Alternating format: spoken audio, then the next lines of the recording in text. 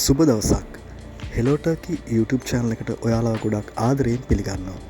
අපි අද කතා කරන්න යන්නේ තුර්කියේ තියෙන විශේෂ කරුණු කීපයක් ගැන. මුලින්ම අපි බලමු තුර්කියේ භූගෝලීය පිහිටීම කොහොමද කියලා. ඉතින් ගොඩක් අය හඳුන්වන්නේ තුර්කිය යුරෝපියානු රටක් විදියට.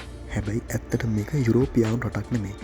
මේක යුරෝපා සහ ආසියා කියන මහද්වීප දෙකටම අයත් අන්තර් මහද්වීපීය රටක් විදියට තමයි පිහිටලා තියෙන්නේ. තුර්කියේ අගනුවර වෙන්නේ අංකාරා.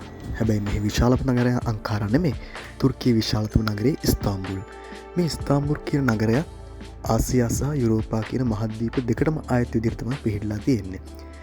තුර්කියේ ආර්ථික මධ්‍යස්ථානයේ විදිහට හඳුන්වන්නේ ඉස්තාම්බුල් කියන නගරය. තුර්කියේ ජනගහනය ගත්තොත් 2025 වෙනකොට මිලියන 85ක් තරම් විශාල වූ ජනගහනයක් ජීවත් වෙනවා. මේ ප්‍රධානම ආගම වන්නේ ඉස්ලාම් ආගම. ජාතිය මුස්ලිම්. මේ රටේ මුදල් ලේඛකය වන්නේ තුර්කි ලීරා.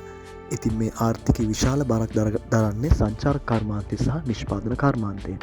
ගොඩක් වෙලාවට තුර්කියේ තමන්ට අවශ්‍ය සියලුම දේවල් නිෂ්පාදනය කරගන්න. තුර්කියේ ආහාර පාන ගැන කතා කරොත් බහුල වශයෙන් තුර්කියේ ආහාර පාන විදිහට පාවිච්චි කරන්නේ පාන් වර්ග, බනිස් වර්ග. ඒ වගේම තුර්කි තේ එක සහ තුර්කි කෝපිත් ලෝකයේ ගොඩක් ප්‍රසිද්ධයි. තුර්කිය ලෝකයේ ප්‍රසිද්ධ වෙලා තියෙන්නේ සංචාරක කර්මාන්තය වැඩි වශයෙන් සිදු කරන රටක් විදිහට.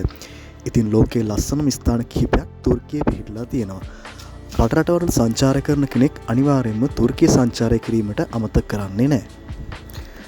තුර්කියේ දේශගුණය ගැන කතා කරොත් අවුරුද්ද ජූනි මාසයේ සහ අගෝස්තු මාසයේ අතර ඉතා උණුසුම් කාලයක් තමයි මේ රටේ පවතින්නේ.